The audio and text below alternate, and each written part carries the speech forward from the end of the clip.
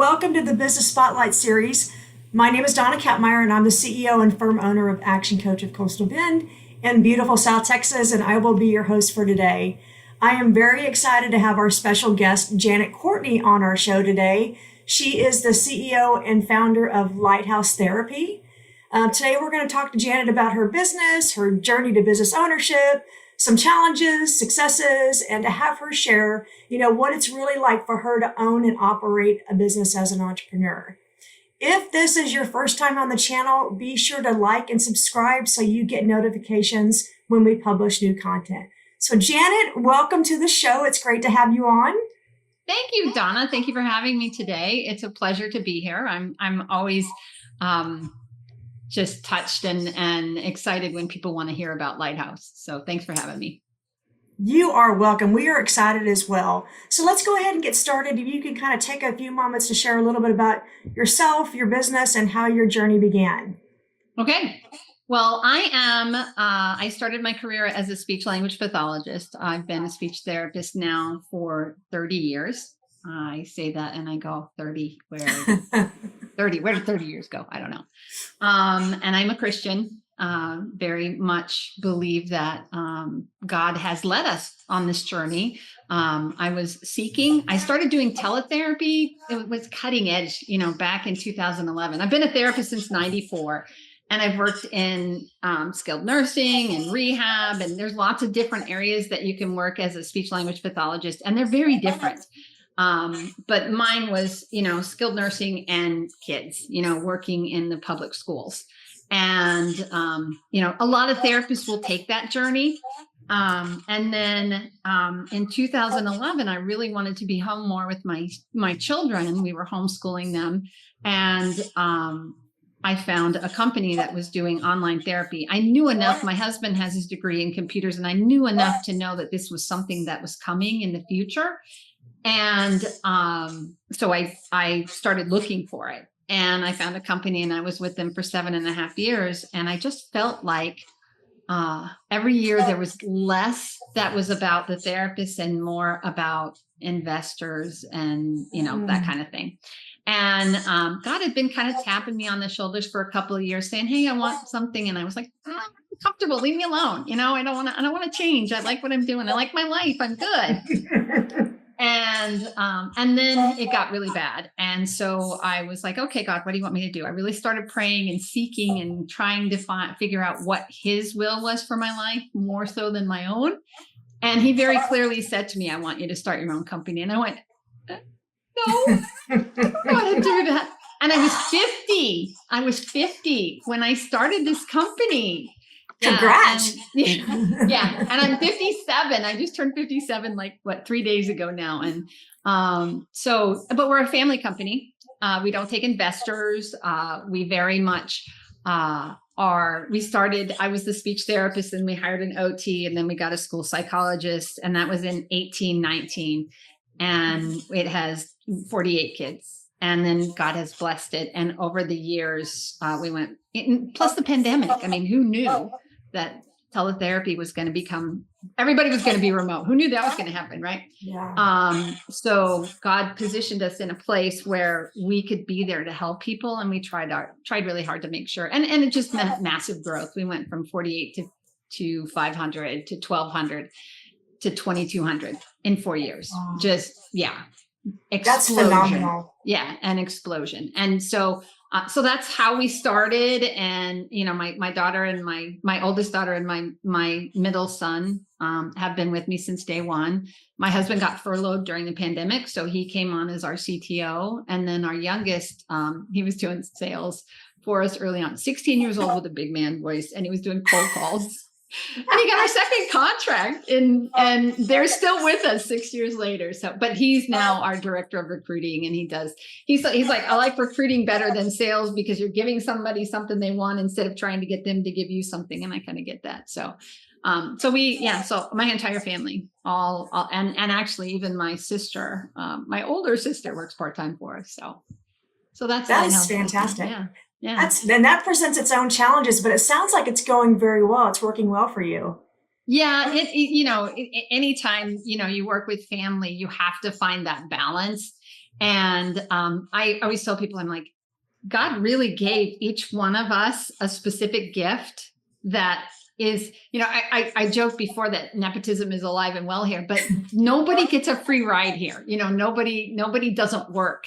And all three of my children and my husband and I all get that this is, and it's a mission for me. It's not just a company. It's not something that I do because it makes us money. This is something that I feel called to do. And we have a mission statement that is, we live and breathe it because, well, and I might as well say it right now, right? Yeah. So our mission is to be a therapy company run by therapists, more than one, because we have others, for therapists for the betterment of students. That's what we do. We take care of our therapists so they can take care of the kids, and the students win.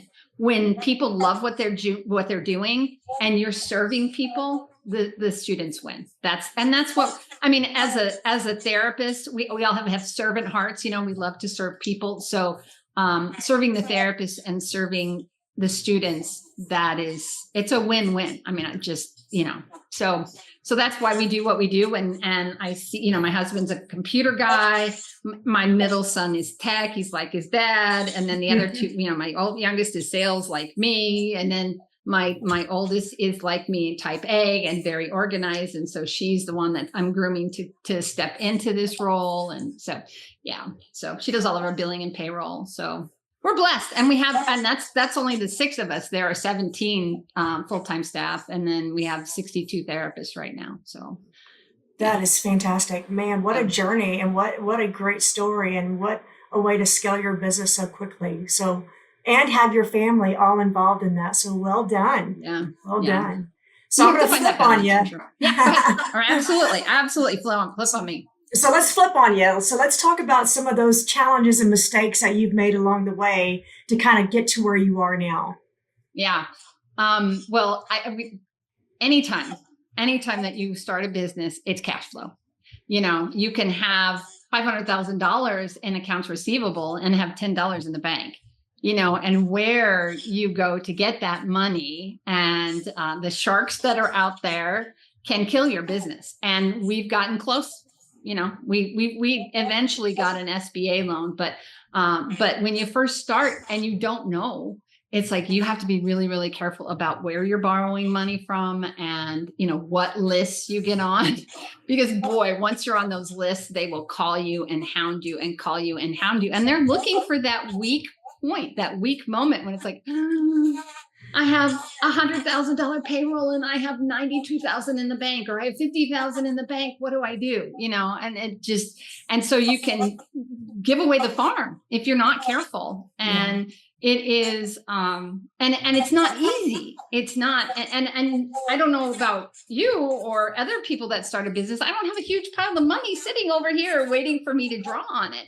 We actually put our entire nest egg in this company to start it. It wasn't just like, we didn't come and say, okay, yeah, we're going to do this and it's going to be easy, and that's the other piece. It's not 9 to 5, as you, I'm sure, know. Yeah. When you start a business, you have to be willing to work on Saturday. You have to be willing to work late at night. You have to be willing to answer people's questions. You have to be willing to do the things. And I've said this before, if you will do for 5 years what others won't, you can do for the rest of your life what others cannot, because you work really hard. It's just, and you can't, I don't turn it off. It's not something, but for me, it's not about turning it on or turning it off. It's about serving. So, I don't consider work, it's work, but it's not for me because I love what I do. So answering a question on a Sunday when no other CEO out there in this business is even going to be realizing that they got a message from somebody, they go to my phone. I get the messages because I want them to know that if they have a question, and I don't answer every single time. Please don't think that I'm sitting here like this, because I'm not. But if it comes across and I know the answer, why would I make them wait? Why wouldn't I? And when we started the company too, it was like, okay, one of the things that drives schools crazy is, well, I send a message and I never heard from anybody. It was a week before I heard from somebody. They don't even know if you got the message. So our policy from day one, and I'm a speech therapist. I mean, I'm like communication, right? So, Yeah. and I worked for other companies that had a whole bunch of speech therapists and they were terrible at communicating. It's like, what are you doing? So our policy is 24 hours. I mean, if you send me an email within 24 hours, I am going to get back to you because I want you to know that you were heard. I may not have your answer. I may not know the answer, but at least you know that I heard you. And our clients, our schools that work for us have all said, you guys are the best at communicating. And it's like, because it's a priority. It's like anything else. Whatever you make a priority is the thing that people are going to notice. So communication is a priority. So it helps. Fantastic. Well said. And that is, that seems to be a big trend today where people are just wanting, I'll go back to the whole customer service adage. Customer service should be common sense, and it's really not. And people are not communicating back. So it's almost like we get excited when somebody responds to us like, oh my gosh, they actually care about me, because it is becoming less and less common. So kudos to you for having that in place where you are the ultimate communicator and people know that they're going to get a response from you. That's pretty awesome. Thank you. Yeah. It's just a culture. It's a culture that you develop, and we talk about, one of the things that we talk about when we talk about branding and how you present yourself is we have a culture of support. Our therapists come here and they get a mentor, and we have clinical coordinators who are that point person. Every client has a point person, but I also consider both sides, because we contract with therapists. Our therapists are 1099. So, and then we also contract with the clients. So I have customers over here that are paying the bills. And then I have customers over here that are doing the work that pay those bills, that create the revenue. So I have to take care of them. And this is the place where contract companies fall down the most, is that they don't take care of their therapists. So that, and it's interesting too, because therapists don't have the mindset necessarily of a small business owner. I certainly didn't. I had to learn. I've learned a whole bunch in 6 years, but helping them to understand what that's like. And we'd like to get to the place where we could do W-2 and all of that. But again, I don't have this big pile of money. I'm working on trying to get a pile of money, but until we have that pile of money, cash flow is always, that's always an issue. You have to make sure that you have the money to pay the bills and the money to pay your therapist and the money to, whatever, and keeping that going on a constant basis and watching the numbers, because when you're a therapist like I am, I love the people. I want to deal with the people. I want to deal with the visionary. I'm the visionary, right? And my daughter is really that next step down, that integrator who's going to make sure that all of those pieces are together. And then I put a whole bunch of really smart people below me who run all of those different pieces. And another piece, if I can step back just a little bit, when you start as a CEO, you say you're a CEO. It's interesting because people see you as a CEO and because you're calling yourself that, but you really have, you cover everything. I always tell people, it's like, if you think about, a juggler spinning plates, right? Every department, everything is a plate, right? And the plate that gets the most attention is the one that starts to wobble. So I'm like, over here, okay, over here, okay, I'm dealing with this, okay, over here. And then as we've gotten bigger, I have a director of sales. I have a director of marketing. I have a director of recruiting. I have a clinical director. I have my husband's a CTO. I have a comptroller. I have a director of finance. I've been able to give all of these plates away so that now I can focus on making sure we're all headed in the same direction. We all have goals every quarter. We have a quarterly meeting, and but it took me a while to get to that point. And I think that goes back to what are you willing to do instead of 9 to 5 when that plate's wobbling and it's 10 o'clock at night? Are you going to let it fall, or are you going to fix it? Right. So that's a piece of it that is, you have to live and breathe it sometimes. It doesn't have to stay that way. And I'm not saying forever, and I'm not saying everybody has to do it the way I did it. But knowing, and it's funny because my family will say, Janet, you have to turn it off. You have to, for my birthday, they always have something planned for me so that I can't be on my phone, that kind of thing. So, and that's fine. Good I for them. recognize that. Yeah. I recognize it in myself. Right. So anyway. Since becoming CEO, so now it's been 7 years that you started this journey at the age of 50. What has kind of been your biggest aha moment that you've experienced along the You way? can't do it by yourself. You cannot. You have got to get smart people under you. And you have to trust them. Micromanaging in this industry or any industry where you feel like you have to be on top of absolutely every single thing that happens, you're gonna burn yourself out. You have to get the right people in the right positions, show them that vision, get them excited about what you're doing, but then let them do their job. And trust but verify. I don't say trust and like ignore, because you can't. You have to verify that they're doing their job. And that's what goals, and we do annual goals and we do quarterly goals, and we talk about how we're progressing through those goals. And if a goal isn't being met, what's the obstacle? Where are you struggling? How do we fix it? Right. And sometimes, and you can't just throw money at it either. That doesn't always fix it either. Right. Sometimes, if you have a cancer, the hardest part is letting people go that you care about, but sometimes you got to do that too. And when you don't have that right person, or you have a person that you thought was the right person, and that person becomes that cancer, even though they bring a lot of knowledge to because I've had this happen, had a lot of knowledge to your company and a lot of really good things, but they bring too many bad things, you have to say no. And when they don't get your vision and they don't get your values and they don't understand where you're going, that's not somebody to keep. You've got to be willing to cut those, and you've got to be willing to say, no, because it's not, you'll lose what you have if you let that continue. So you really have to be willing to have that overall picture and say, yes, these things are working, and that one may need some love and care, or that one may need to go. And so over the last 7 years, we've done a lot of, we've brought in people and I've let them go. And we've brought in somebody else and we've let them go. The other thing is, and we talk about distractions. It's like, this is what we do. This is our, we do online therapy for schools. We don't take insurance. We don't do anything else. That's our lane. And it's really easy to get tangents. Like, oh, one of the things that happened during the pandemic was a parent came to me and said, hey, my school won't provide services to my son. Can I come and you can do insurance? We don't do insurance. I won't do insurance. I said, if you want to pay privately, we could do that. And it became this whole offshoot that like, oh, maybe this is a place. Well, here I am over here. I stopped looking over here, and this is a little tiny piece, and it became a distraction.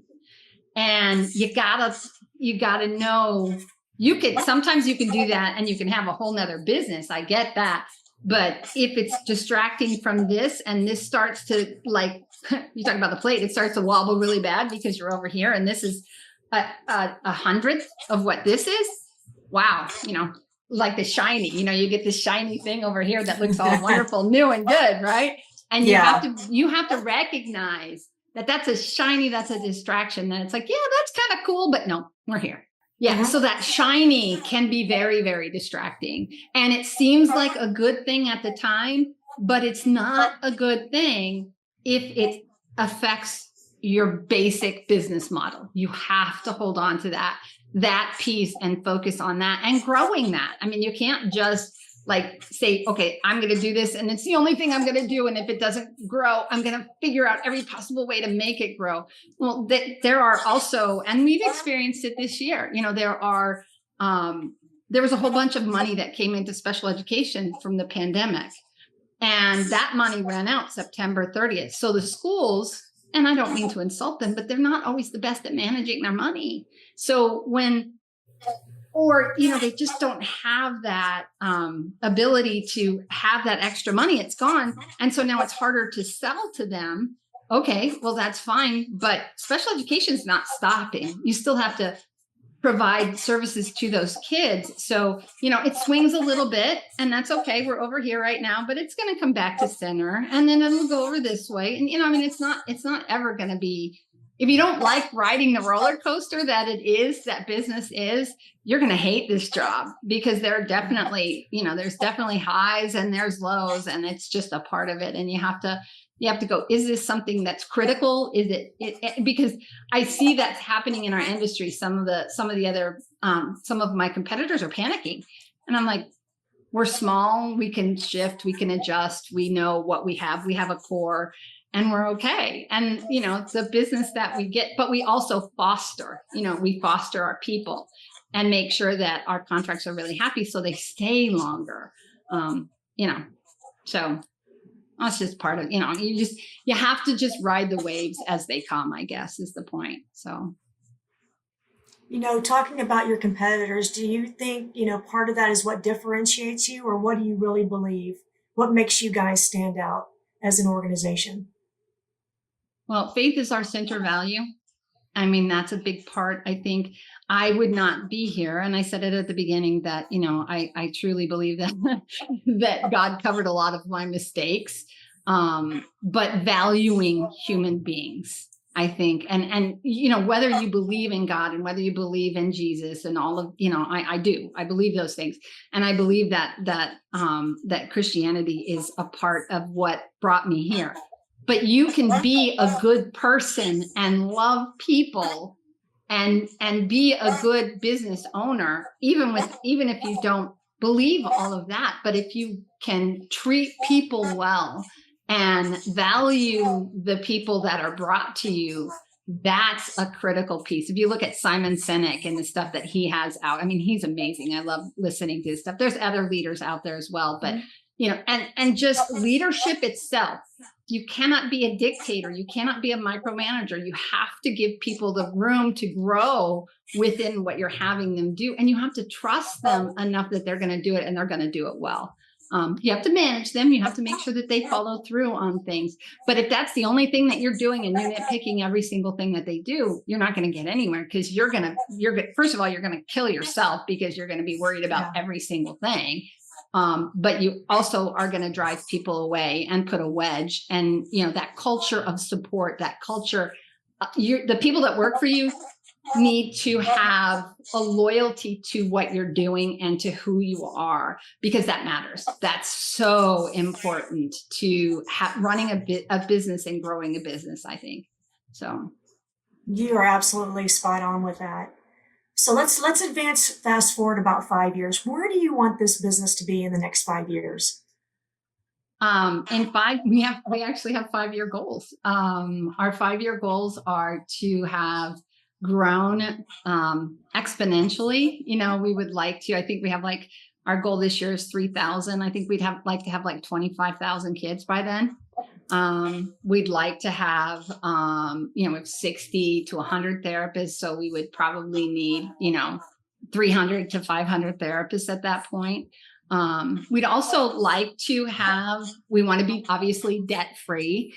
We want to be to the place where we can start taking the money that, because as you get bigger and you keep lean, you have to stay lean. And I think in any industry, you have to watch where the money's going out, right? That will increase our revenue so that we can give back. Because I really do want to be able to give back to the community. One of the things that we already support is Destiny Rescue. That's something that we support corporately, and they rescue children from sexual slavery, sexual trafficking. Oh, nice. And because we're already we work with kids, that's what we do. And we've been partnering with them and supporting them for the last 3 or 4 years. And I would really like for that to grow and to have more ways to do that. And maybe even start a nonprofit that, we can fund, and then hopefully it's a whole nother venue. Again, I was talking about shiny. I want to make sure that when I go there, that it's not just a shiny, right?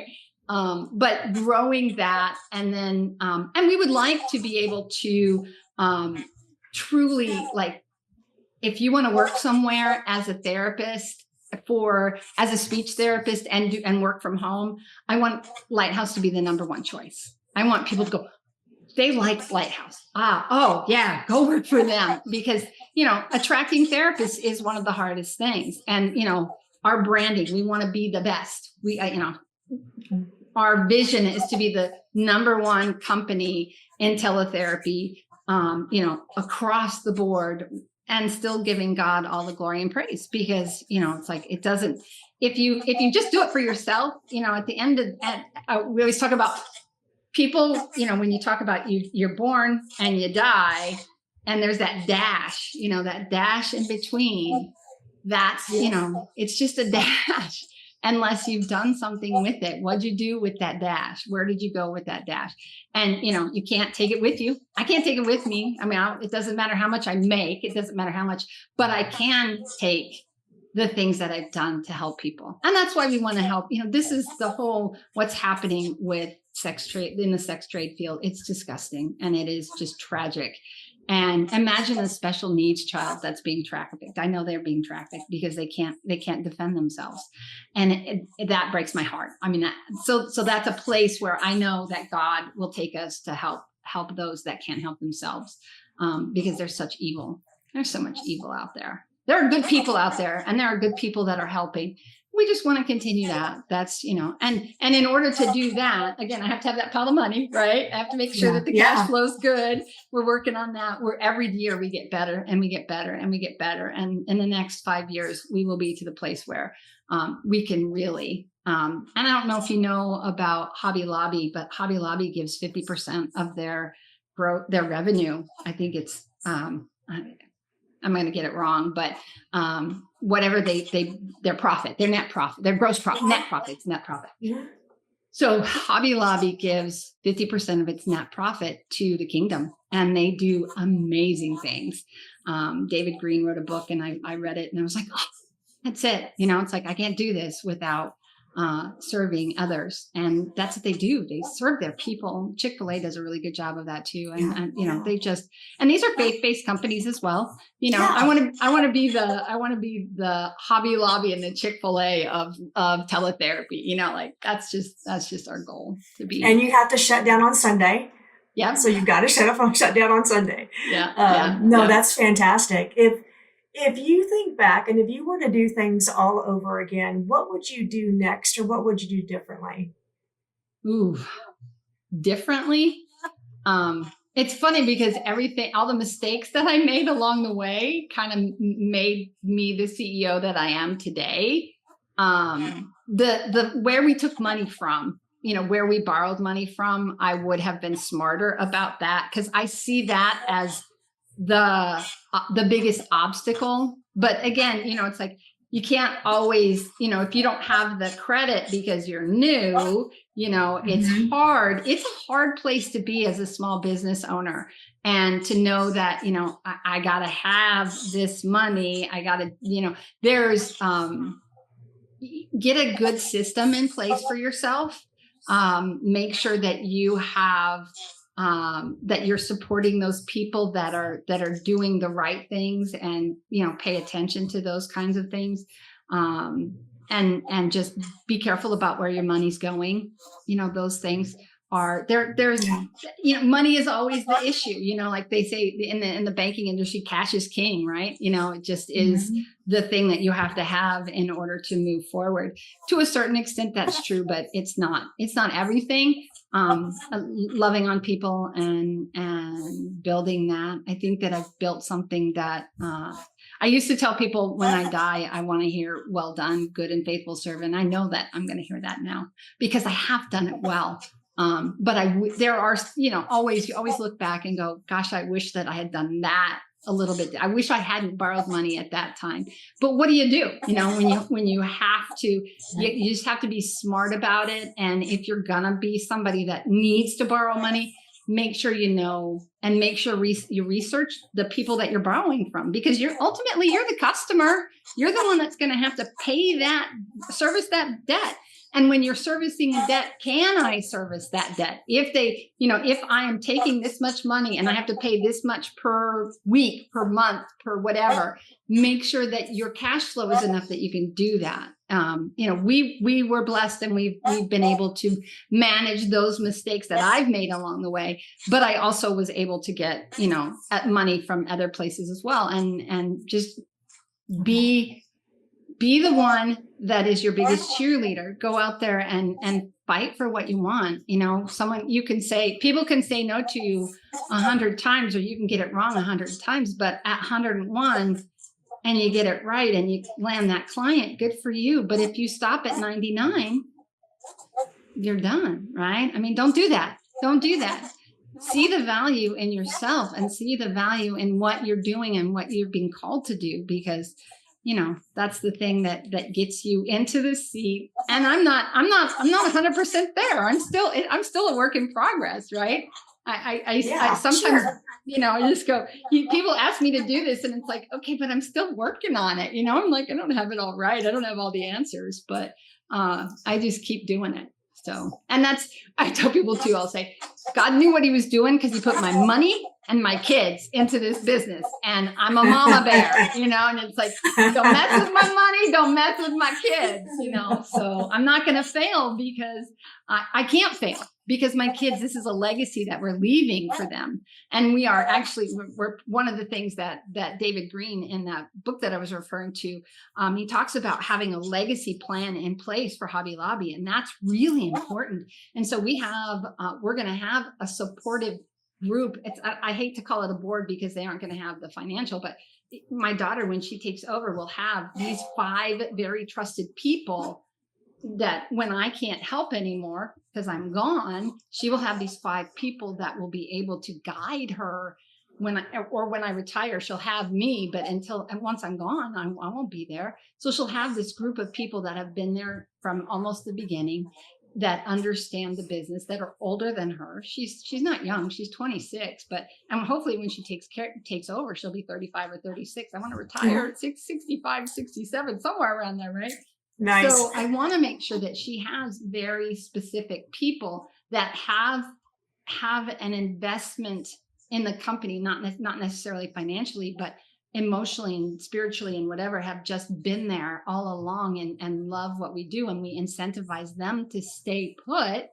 And then when she steps into it, I know that it's okay, that we're going to be okay, because then I don't have to worry about it, because I've been teaching her since day one. So that'll be 15, 16 years that I've been teaching her. And hopefully I think that transition will go okay. As long as, but again, you want God to laugh, tell him your plans, right? Who knows what tomorrow brings? I mean, I've already kind of decided, and, I worked my first year out of grad school, I worked in traumatic brain injury. And I think that affected my career so much, because these are all just people that were living their lives, and like that, they're 180 degrees, and it affects you as a young person. I was 23, 24 years old, and go, you have to have a plan, you have to have estate planning, you have to have those things in place. And so many people neglect those things because nobody wants to talk about it, but it's right. 100% of us are going there, so you better have a plan. So I'm a planner. So love it. Yeah. So Janet, what's the best way for people to get in contact with you and your company? Well, we have a website. It's www.lighthouse- like the little minus sign, therapy.com. So lighthouse-therapy.com. And then they can always call me. I will take phone calls. I absolutely will answer people's questions. Some people might not want to do that, but my direct line, if anybody has a question and they want to reach out to me, is 517-234-3914. And that will get right to my phone. 517-234-3914. And you can reach out to me. I'll be happy to answer your questions. So. Well, fantastic. Well, Janet, thank you for sharing your story. Gosh, this has been a lot of content, a lot of insight, and a lot of aha moments indeed about all these things that you're doing right. And I hope the audience finds this very valuable. This is a Business Spotlight series with Donna Kapmeyer from Action Coach at Coastal Bend, along with Janet Courtney from Lighthouse Therapy. Please be sure to like and subscribe so you can continue to see our great content. And thank you for being with us today. I hope you enjoyed it. Bye for now.